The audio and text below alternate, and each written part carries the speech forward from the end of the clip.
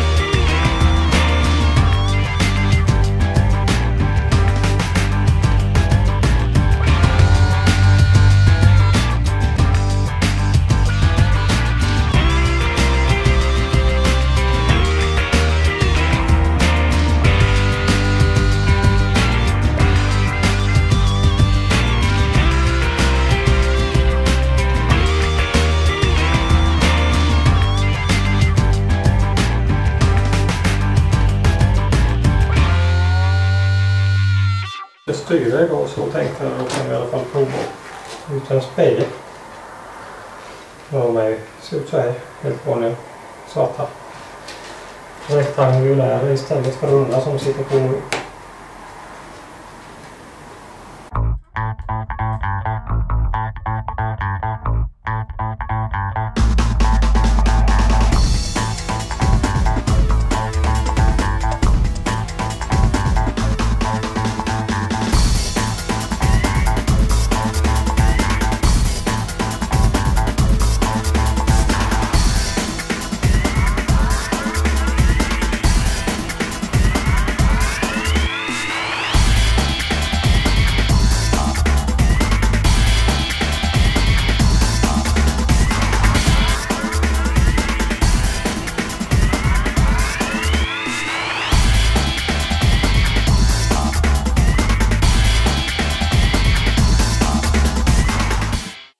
Ja, det var allt för den här gången då.